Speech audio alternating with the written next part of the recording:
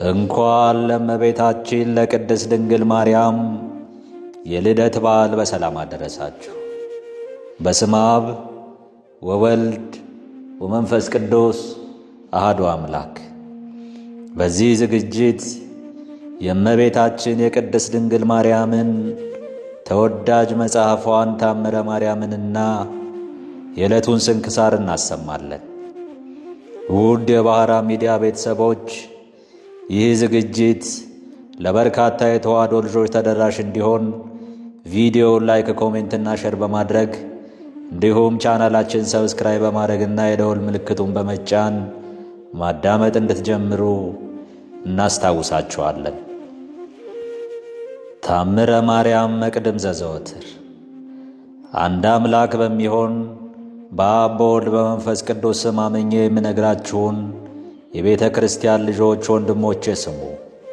እግዚአብሔር አክብራችሁ መላእክትም ጻድቃንም ምስጋናዋን መፈጸም የማይቻላቸው የእመቤታችንን ታምር ለመስማት ዓይነ ልቡናችሁን ያብራላችሁ።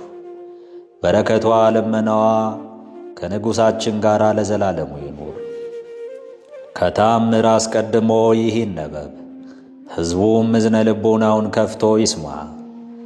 በዕብራይስጥ ማርያም የምትባል የእመቤታችንን ክብሯን፣ ልዕልናዋን፣ ምስጋናዋንም በልቡናችሁ አሳድሩ አኑሩት። ማርያም ማለት መንግሥተ ሰማይ መርታ የምታገባ ማለት ነው። እመቤታችን ማርያም ዓለም ሳይፈጠር በአምላክ ልቡና ታስባ ትኖር ነበር። ፍጥረት ሁሉ እመቤታችንን ለማመስገን ተፈጠረ። አዳምና ሔዋንም እመቤታችን ከነሱ ልትወለድ ተፈጠረች። አዳምም እመቤታችን ማርያም ከእሷ አብራክ እንድትከፈል ከሔዋንም ማኅፀን እንድትወለድ አውቆ ሔዋንን ሕይወቴ ነሽ ይላት ነበር። የእመቤታችን ክብሯም ምስጋናዋ ሁሉ ተጽፎ ቢሆን ምን ብራና በቻለው ነበር። ሊሰማው የሚቻለው ምን ጆሮ ነው? ሊወስነውስ የሚቻለው ምን ልብ ነው? አስቦ ሊደርሰውስ የሚቻለው እንደምን ያለ ሕሊና ነው? ነገር ግን የተቻለንን ያክል ከምስጋናዋ ጥቂት እንነግራቸዋለን። እመቤታችን ማርያም ከአዳም ጀምሮ እስከ አብርሃምና እስከ ሙሴ ድረስ ትነገር ነበር። ከሙሴ ጀምሮ እስከ እሴይ ልጅ እስከ ዳዊትም ድረስም በብዙ ምሳሌ እየታየች ትነገር ነበር። የእመቤታችን ትውልድ በአባቷ በኩል ከንጉሥ ከዳዊት ወገን ነው። በእናቷም በኩል ከሊቀ ካህናቱ ከአሮን ወገን ነው። የአባቷ ስም ኢያቄም ነው። የእናቷም ስም ሐና ነው። ሥጋዊ ነገር ከማሰብ መጠበቅ ከአዳም ልጆች ለማን ተሰጠው? ኀጢአትን ከማሰብ መጠበቅ ለመላእክትስ እንኳን አልተቻላቸውም። በቀደመው ወራት ያልተሰጣቸውን ሽተው በድለው ከሰማይ ወደ ምድር ወርደዋልና። እንደ እመቤታችን እንደ ማርያም የአብ ማረፊያ የሆነ ማን ነው? እንደ እመቤታችን እንደ ማርያም የወልድስ ማደሪያ የሆነ ማን ነው? እንደ እመቤታችን ማርያም የመንፈስ ቅዱስ ቤት የሆነ ማን ነው? ለሰው ኀጢአት ሳይሠራ መኖር ይቻለዋልን? ከአራቱ ባሕርያት ከተፈጠረ ሰው ከእመቤታችን በቀር እሳትን የተሸከመ ኀጢአትንም ያልሠራ የለም። እመቤታችን ማርያም ከመላእክት ይልቅ ንጽሕት ናት። እመቤታችን ማርያም ከሴቶች ሁሉ ትበልጣለች። የእመቤታችን ማርያም ሐሳብ እንደ አምላክ ሐሳብ ነው። የእመቤታችን ማርያም መልኳ እንደ አምላክ መልክ ነው። የአምላክም መልክ ይመስላል። እመቤታችን ማርያም ንጽሕት በመሆኗ አምላክ እንዲያድርባት አደረገችው። እመቤታችን ማርያም ለአምላክ የደስታ ማደሪያ ሆነች። እመቤታችን ማርያም አምላክን በድንግልናዋ ወለደችው። እመቤታችን ማርያም በነቢያት ትነገር ነበር። እመቤታችን ማርያም በሐዋርያትም ትነገር ነበር። እመቤታችን ማርያም በፍጥረት አንደበት ትመሰገናለችና የቤተ ክርስቲያን ልጆች አክብሯት፣ ለእናንተ ለኃጥአን መድኃኒታችሁ ስለሆነች። በጎ አገልግሎትም ለሚያገለግላት ዋጋውን ትሰጠዋለች። ሳትጠራጠሩ በፍጹም ልቡናችሁ እመኑባት፣ እሷ መድኃኒታችሁ ናትና። በስዕሏም ፊት ስገዱ። ለስዕሏ ያልሰገደ ግን ከቆመበት ቦታ ይጥፋ፣ ስም አጠራሩም አይታወቅ። በሰማይ ያሉ መላእክትም ይደረግ ይሁን ይበሉ። ለእመቤታችን ለቅድስት ድንግል ማርያም ስግደት እንዲገባ 3 ጊዜ ሰግድልሻለሁ። እግዚአብሔር ካንቺ ሰው እንዲወጣ ካንቺ የወጣ እመቤቴ ማርያም ሆይ ደስ ይበልሽ ብሎ ዮሐንስ አፈወርቅ በድርሳኑ እንዳመሰገነሽ እኔም አመሰግንሻለሁ። የጠፋ በግ አዳምን የፈለገው ባገኘውም ጊዜ የተሸከመው እውነተኛ ቸር ጠባቂያችን ክርስቶስ ካንቺ የተወለደ እመቤቴ ማርያም ሆይ ደስ ይበልሽ። እግዚአብሔር በደይን የጣላት የሔዋን ጽኑ የሚጎዳ ማሰሮዋ ባንቺ የተቆረጠላት እመቤቴ ማርያም ሆይ ደስ ይበልሽ። እግዚአብሔር በብሩህ ደመና ተጭኖ መጥቶ በማኅፀንሽ አደረ እመቤቴ ማርያም ሆይ ደስ ይበልሽ። በቅዱሳን ነቢያት በቅዱሳን መላእክት አድሮ የሚኖር ካንቺ ተወልዶ የተገለጸልን እመቤቴ ማርያም ሆይ ደስ ይበልሽ። ከአብ ከመንፈስ ቅዱስ ጋር የምንሰግድለት ቃል የሚባል እግዚአብሔር ባንቺ ባሕሪ ካንቺ ወለድ ዘንድ የወደደሽ እመቤቴ ማርያም ሆይ ደስ ይበልሽ። እኔ ለምእመናን ወንጌልን የማስተምርለት የጌታ እናቱ እመቤቴ ማርያም ሆይ ደስ ይበልሽ። ከወለድሽው በኋላ ማኅተመ ድንግልናሽ እንዳይለወጥ አድርጎ የጠበቀሽን አማኑኤልን የወለድሽው እመቤቴ ማርያም ሆይ ደስ ይበልሽ። ማኅተመ ድንግልናሽ ሳይለወጥ ንጉሥ ክርስቶስን የወለድሽ እመቤቴ ማርያም ሆይ ሰላምታ ይገባሻል። ማኅተመ ድንግልናሽ ሳይለወጥ ንጉሥ ክርስቶስን የወለድሽ እመቤቴ ማርያም ሆይ ሰላምታ ይገባሻል። ልዩ መድኃኒታችንን በመውለድሽ እናትና አገልጋይን ተብለሻልና። እግዚአብሔር ባሕሪሽን ባሕሪ አድርጎ ባለሟልነትን አግኝተሻልና እመቤቴ ማርያም ሆይ ሰላምታ ይገባሻል። እኛ ከምንወደው እሱም ከሚወደን ልጅሽ ኀጢአታችን ያስተሰርይልን ዘንድ ለምኝልን። መርገፍ ዓለም ሳይፈጠር የነበረ ዓለምን አሳልፎ የሚኖር ማለት ነው። የተካከሉ 3 ለሚሆኑ ብርሃናትን ለፈጠረ ለአብ ለአንድ ልጁም ለሚያጸናን ለመንፈስ ቅዱስም እንስገድ። የበረከት ፍሬ ለተገኘባት ተክል ጠባቂዎች ላልጣሩባት ላለከሙባት የተክል ቦታ ለተባለች ለእመቤታችን ማርያም ሰላምታ ይገባታል። እግዚአብሔር የባሕሪ ልጁ ወደዚህ ዓለም መጥቶ ከእርሷ ተወልዶ አድኖናል፣ ኀጢአታችንንም አስተስርዮልናልና። ድንግል ሆይ የአብ ቃሉ ወልድ ወደዚህ ዓለም መጥቶ ካንቺ ሰው ስለሆነ ብዙ መምህራን ክብርሽን ተናግረዋልና ጸጋን አገኘሽ። በዚህ በብዙ ክብር ወደ ተሸለመች ወደ እመቤታችን ክብሯን ታዩ ዘንድ ኑ። ንጹሕ ድንግል የሚሆን ዮሐንስ ወልደ ነጎድጓድ ያቺ ሙሽራ ከአጥቢያ ኮከብ ይልቅ አበራች እኮን ብሎ አሰምቶ እንደተናገረ ፈጽማ አብርታለችና፣ ይህችውም የከበሩ ነቢያት ደስታቸው የሆነ የጌታችን አገር በአዲስነት የምትኖር ጽዮን ናት። ስግደት እንደሚገባ በአብ ስም አምኜ አብን ወላዲ ብዬ፣ በወልድ ስም አምኜ ወልድን ተወላዲ ብዬ፣ በመንፈስ ቅዱስ ስም አምኜ መንፈስ ቅዱስን ሰራጺ ብዬ፣ ምንም ላጠይቁ አካላት 3 ብል በባሕሪ በሕልውና አንድ አምላክ ብዬ አምኜ ረድኤተ እግዚአብሔርን አጋዥ በማድረግ የእመቤታችንን የታምሯን መቅድም ማንበብ እጀምራለሁ። ይህ የሥርዓት መጽሐፍ የምስር ዕፃ ከሚሆን ከማልቃ ቦታ ከሐዋርያው ከማርቆስ መንበር ተገኝቶ የወጣ ነው። የሠሩትም መምህራን እመቤታችን ዘወትር የምትነጋገራቸው ሃይማኖታቸው የቀና ምስጢርን የሚያስተምሩ ክቡራን የሚሆኑ ሊቃነ ጳጳሳት ናቸው። በራእይ የምትነጋገራቸው ጊዜ አለ፣ በሕልምም የምትነጋገራቸው ጊዜ አለ፣ ተገልጻም የምትነጋገራቸው ጊዜ አለ። እኒህም ድንቅ ድንቅ ታምራት የሚሰሩ አባ አብርሃም፣ አባ ማርቆስ፣ አባ ማቴዎስ ናቸው። እንደ ተነጋገረቻቸው ፍጹም ታምራትም እንዳደረገችላቸው የታምራታቸው ዜና የእመቤታችንን ታምራት በሚናገር መጽሐፍ ተጽፏል። አባ ሚካኤልና አባ ገብርኤል በሚባሉ ጳጳሳት ዘመን አባ ዮሐንስም ኤጲስቆጶስነት በተሾመ ወራት ከግብፅ ወደ ኢትዮጵያ በወጡ በ3 ዓመት የሥርዓታቸው መጽሐፍ ከአረብ ቋንቋ ለኢትዮጵያ ሰዎች በግዕዝ ቋንቋ ተተረጎመች። ቁስጥንጥኖስ የተባለ ንጉሣችን በዘርዓ ያዕቆብ ዘመን በነገሰም በ7 ዓመት። የሥርዓታቸው መጽሐፍ እንዲህ ይላል።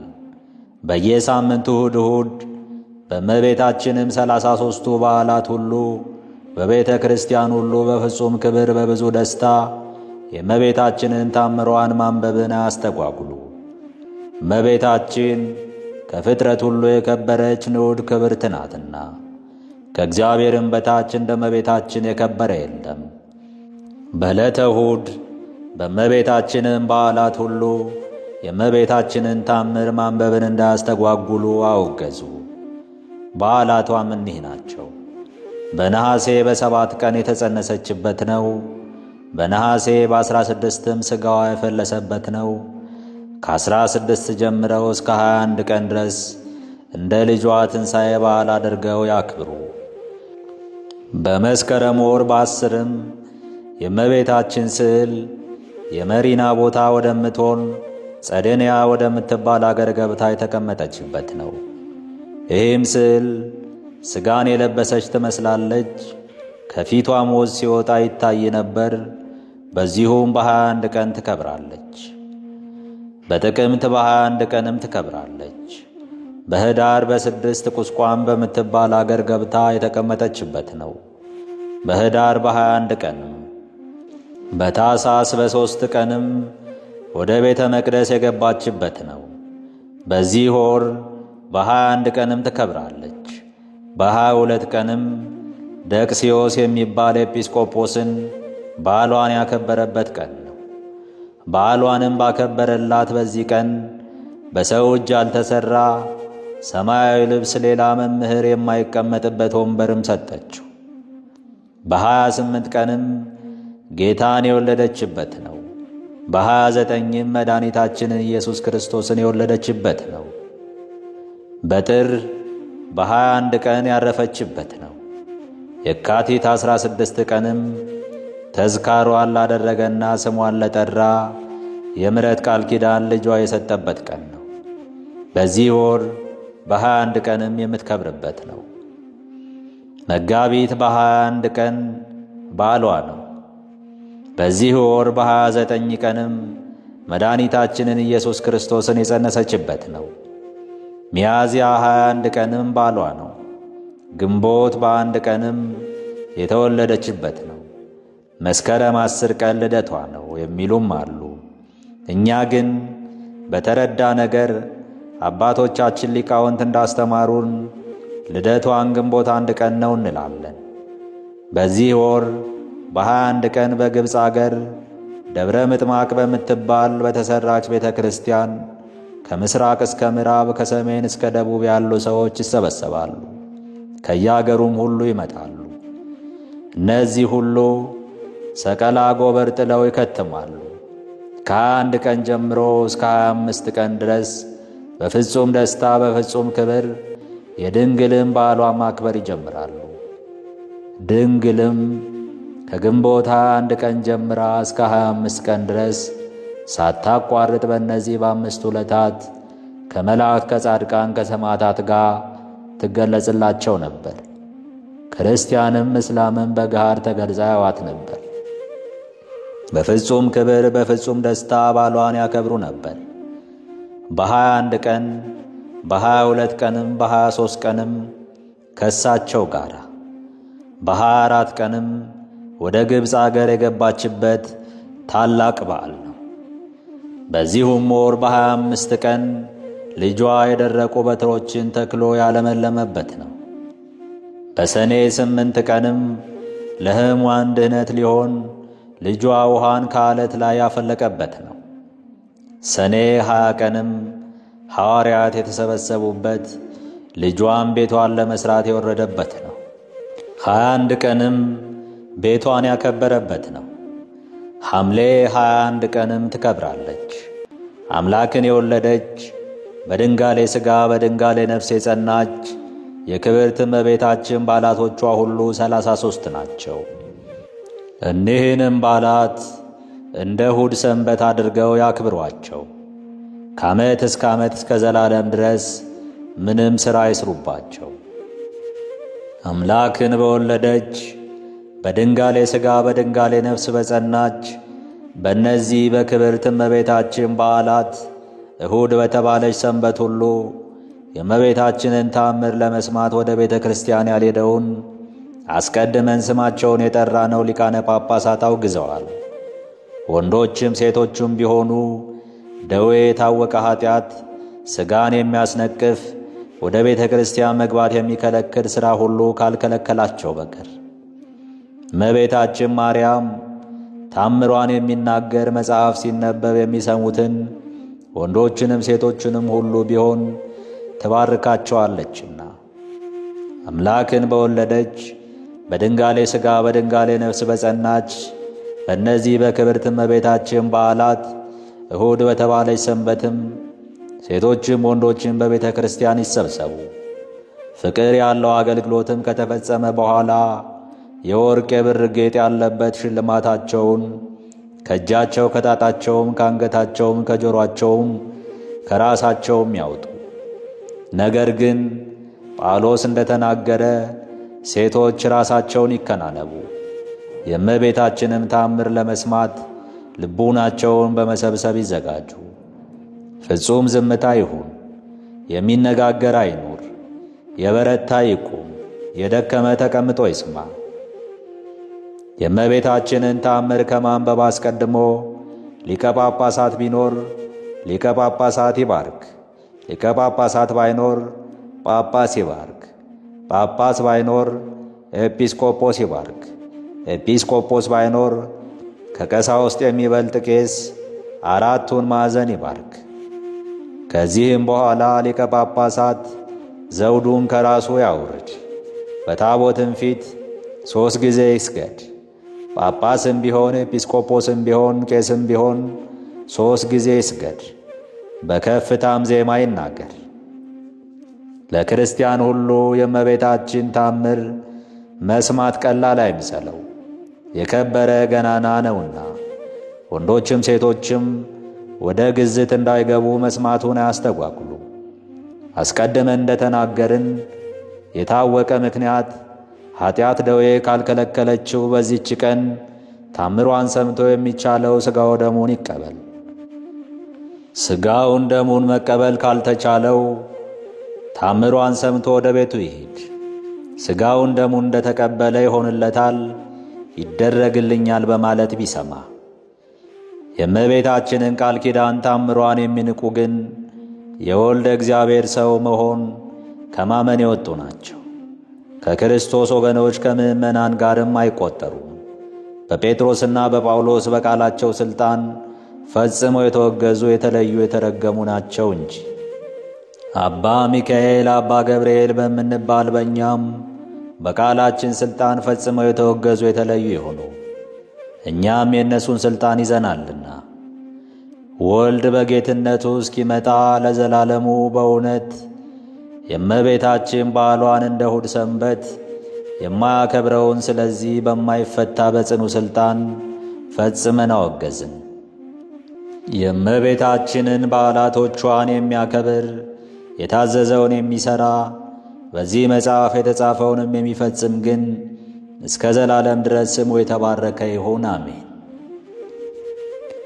ለእኔም ለማነበው ለእናንተም ለምታዳምጡት የእመቤታችን ረድኤትና በረከት ይደርብን፣ አሜን። ከዚህ በመቀጠል የዕለቱን ስንክሳር እናስደምጣለን።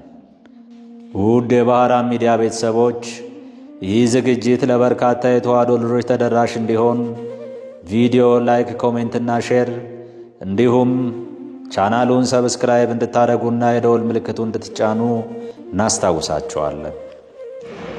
ስንክሳር ዘወርኀ ሰኔ 1 አንድ አምላክ በሚሆን በአብ በወልድ በመንፈስ ቅዱስ ስም የተባረከ ሰኔ ወር ቀኑ 15 ሰዓት ነው።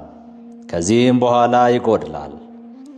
ሰኔ 1 ቀን በዚህች ቀን ከእርሱ ታምራት የተገለጡ የሶርያ ሰው የሆነ የቅዱስ ለውንቲዮስ የቤተ ክርስቲያኑ ቅዳሴ ነው። ይኸውም ቅዱስ ለውንቲዮስ በሐምሌ ወር በ22ኛው ቀን በሰማዕትነት በሞተ ጊዜ ከታላላቅ መኳንንቶች የአንዱ መኮንን ሚስት መጣች።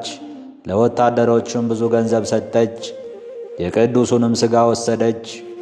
በባሏም ልብስ ገነዘችው።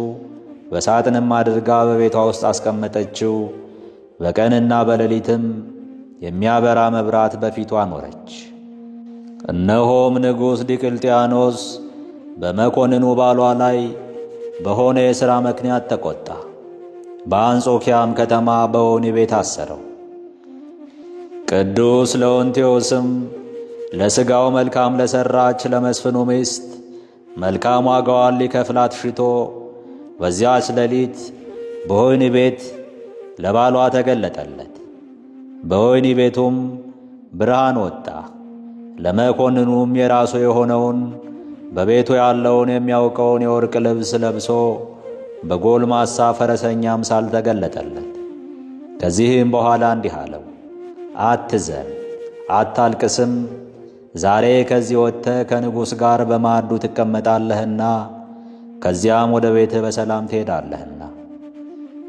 የታሰረው መስፍንም ይህን ጎልማሳ ፈረሰኛ ስላየው በላዩም ስለወጣው ብርሃን የወህኒ ቤቱም ደጅ እንደተዘጋና እንደተቆለፈ ወደ እርሱ ስለ መግባቱ ደግሞም የራሱ የሆነውን በቤቱ ውስጥ የተተወውን የወርቅ ልብስ ለብሶ ስለ ማየቱ በዚህ ሁሉ ሥራ ያደንቅ ነበር። ከዚህ በኋላ ቅዱስ ለውንቲዮስ በዚያች ሰዓት ወደ ንጉሡ ሄደ። በመኝታውም ተኝቶ ሳለ ረገጠው፣ እጅግም ደነገጠ። ለንጉሡም እንዲህ አለው፣ ንጋት በሆነ ጊዜ መስፍን እገሌን ከወህኒ ቤት አውጣው፣ አክብረውም፣ በክፉ አሟሟትም ሞተህ እንዳጠፋ ወደ ቤቱ ይሂድ ዘንድ ተወው። ንጉሡም ከግርማው የተነሣ እየተንቀጠቀጠ እሺ ጌታዬ፣ ያዘዝከኝን ሁሉ አደርጋለሁ ብሎ መለሰለት። በነጋ ጊዜም ንጉሡ ወደ ወህኒ ቤት ልኮ መስፍኑን አወጣው፣ ታላቅ ክብርንም አከበረው። መልካም ልብሶችንም አልብሶ ከእርሱ ጋር በማዕዱ አስቀመጠው። ፈረሰኛም እንደተገለጠለትና ይፈታው ዘንድ እንዳዘዘው ነገረው። መስፍኑም አደነቀ። ንጉሡም የሥራይ ሥራ እንደሆነ አድርጎ አሰበ። መስፍኑም እኔ መጠበብንና ሥራዬን አላውቅም፣ ከኒህ ከምትለኝም ነገሮች ማን እንደተገለጠልህ ምንም አላውቅም። ንጉሡም ከተገለጠለት ራእይ ፍርሃት የተነሣ ክፉ ነገርን ሊናገረው አልደፈረም። ነገር ግን ወደ ሀገሩ በታላቅ ክብር ሰደደው። መስፍኑም በጎዳና ሲጓዝ ሁለተኛ የእግዚአብሔር መልአክ ተገለጠለት። ወደ ሀገሩ ጠራብሎስም እስኪደርስ እያነጋገረው ያጽናናው ነበር። ከዚህም በኋላ ተሰወረው። ወደ ቤቱም በገባ ጊዜ ቤተሰቦቹን ሰላም አላቸው። የእርሱን የወርቅ ልብስ የሚመስል ልብስ ለብሶ ፈረሰኛ ጎልማሳ እንደተገለጠለትም ነገራቸው። ከወህኒ ቤቱም እስራት ያድነው ዘንድ ቃል እንደገባለት ነገራቸው። ሚስቱም ያዳነው ቅዱስ ለውንቲዮስ እንደሆነ አውቃ ብታየው ታውቀዋለህን አለችው። አዎን አላት። ከዚያም የቅዱስ ለውንቲዮስን ስዕል ወዳለበት ቦታ አስገባችው። አይቶም የተገለጠልኝ በእውነት ይህ ነው አለ። ሁለተኛም የቅዱስ ለውንቲዮስ ሥጋ ያለበትን ሳጥን ከፈተች። ያንንም የእርሱን የወርቅ ልብስ እንደለበሰ አየው። የፊቱንም መሸፈኛ ገለጠ። የተገለጠለትና ከእስራት ያዳነውም እርሱ እንደሆነ ተረዳ። መስፍኑም ማን እንደሆነ ስለ እርሱ ሚስቱን ጠየቃት። እርሷም የቅዱስ ለውንቲዮስን ገድል ነገረችው። መስፍኑም ይህም መልካም ሥራ ስለ ሠራች ሚስቱን አመሰገናት፣ መረቃትም። የተመሰገነ እግዚአብሔርንም በቅዱሳኑ ላይ አድሮ ድንቅ ሥራ ስለሚሠራ አመሰገነው። መብራትና ማዕጠንትም እንዳይለየው ሚስቱን አዘዛት። ከሃዲው ዲዮቅልጥያኖስን ጌታችን እስካጠፋው ድረስ እንዲሁ የምትሠራ ሆነች። ከዚህም በኋላ መልካም ቤተ ክርስቲያን አንጸው ሥጋውን በውስጡ አኖሩ። በዚህች ዕለትም አከበሯት። ከሥጋውም ብዙዎች ድንቆችና ታምራት ተገለጡ። ለእግዚአብሔር ምስጋና ይሁን። እኛንም በጸሎቱ ይማረን፣ በረከቱም ከእኛ ጋር ትኑር ለዘላለሙ አሜን። በዚህችም ዕለት እስራኤል የተባለው ያዕቆብ ልጅ የጻድቁ ዮሴፍና የሚስቱ ያሰኔት የረፍታቸው መታሰቢያ ነው። በረከታቸው ከእኛ ጋር ትኑር ለዘላለሙ አሜን። በዚህችም ዕለት ከላይኛው ግብፅ ከጣሃ አውራጃ የሆኑ የባልንጀራሞች ሰማዕታት መታሰቢያቸው ነው። የሰማዕታት ቆዝሞስም የረፍቱ መታሰቢያ ነው። በረከታቸው ትድረሰን ለዘላለሙ አሜን። በዚህችም ቀን የመስተጋድል የሰማዕት ቢፋሞን የረፍቱ መታሰቢያና በስሙ ከታነጹ አብያተ ክርስቲያናት የመጀመሪያይቱ ቤተ ክርስቲያን ቅዳሴ ነው። የእስክንድርያ ከተማ ሰማዕታትና የሊቀ ጳጳሳት ቶማስ መታሰቢያቸው ነው። በረከታቸው ከእኛ ጋር ለዘላለም ትኑር አሜን። ሰኔ 1 ቀን የሚከበሩ ዓመታዊ የቅዱሳን በዓላት፣ አንደኛ ቅዱስ ዮሴፍ ጻድቅ ያዕቆብ ልጅ፣ ሁለተኛ እናታችን አስኔት የቅዱስ ዮሴፍ ሚስት፣ ሦስተኛ ቅዱስ ለውንቴዎስ ክቡር ሰማዕት፣ አራተኛ ቅዱስ ቢፋሞን ሰማዕት፣ አምስተኛ ቅዱስ ቆዝሞስ ሰማዕት። ወርሃዊ በዓላት፣ አንደኛ ልደታ ለማርያም ድንግል እግዝእትነ፣ ሁለተኛ ቅዱሳን ኢያቄም ወሐና፣ ሦስተኛ ቅዱስ ራጉኤል ሊቀ መላእክት፣ አራተኛ ቅዱስ በርተሎሜዎስ ሐዋርያ፣ አምስተኛ ቅዱስ ሚልኪ ትሩፈ ምግባር። ዮሴፍም ወንድሞቹን ወደ እኔ ቅረቡ አላቸው። ወደ እርሱም ቀረቡ፣ እንዲህም አላቸው፣ ወደ ግብፅ የሸጣችሁኝ እኔ ወንድማችሁ ዮሴፍ ነኝ። አሁንም ወደዚህ ስለ ሸጣችሁኝ አትዘኑ፣ አትቆርቆሩ። እግዚአብሔር ሕይወትን ለማዳን ከእናንተ በፊት ሰዶኛልና። እግዚአብሔርም በምድር ላይ ቅሬታን አስቀርላችሁ ዘንድ በታላቅ መድኃኒትም አድናችሁ ዘንድ ከእናንተ በፊት ላከኝ። ጌታ ሆይ ከብልጽግናቸው ብዛት የተነሳ ብዙ መባ ካገቡት ይልቅ የድሃይቱን አነስተኛ መባ እንደተቀበልክ ለሁል ጊዜ የሚያገለግሉ አላፍ መላእክትን እያሳሰብኩ በችግሬ ጊዜ የማቀርብልህ ምስጋና ተቀበል። እናንተም ቅዱሳን ነቢያት፣ የወንጌል ሰባኪያን ሐዋርያት፣ ሰማዕታትና ጻድቃን፣ ትጉሃን መላእክት፣ ፍጹማን ደናግል እንዲሁም ደጋጎች መነኮሳት ሆይ ልጅ አዋቂ ሳይለይ የምንሰበሰብባትን የጉባኤ ቦታ ባርኩ። ይህን መጽሐፍ ወረቀት አዘጋጅቶ ብራና ዳምጦ የጻፈውና ያጻፈውም ከግዕዝ ወደ አማርኛ የተረጎመውን ቃለ ንባቡን በእርጋታ መንፈስና በተመስጦ ሕሊና ያዳመጠ በደለኛን ሁሉ የምታስምር የጌታ እናቱ በማርያም ጸሎት ኢየሱስ ክርስቶስ በአንድነት ይማረን አሜን። አነሳስቶ ላስጀመረን አስጀምሮ ላስፈጸመን ለልዑል እግዚአብሔር ክብር ምስጋና ይግባው አሜን። ውድ የባሕራም ሚዲያ ቤተሰቦች ይህ ዝግጅት ለበርካታ የተዋሕዶ ልጆች ተደራሽ እንዲሆን ቪዲዮዎቻችን ላይክ፣ ኮሜንትና ሼር እንዲሁም ቻናላችን ሰብስክራይብ እንድታደርጉና የደወል ምልክቱን እንድትጫኑ እንጠይቃችኋለን። እናመሰግናለን።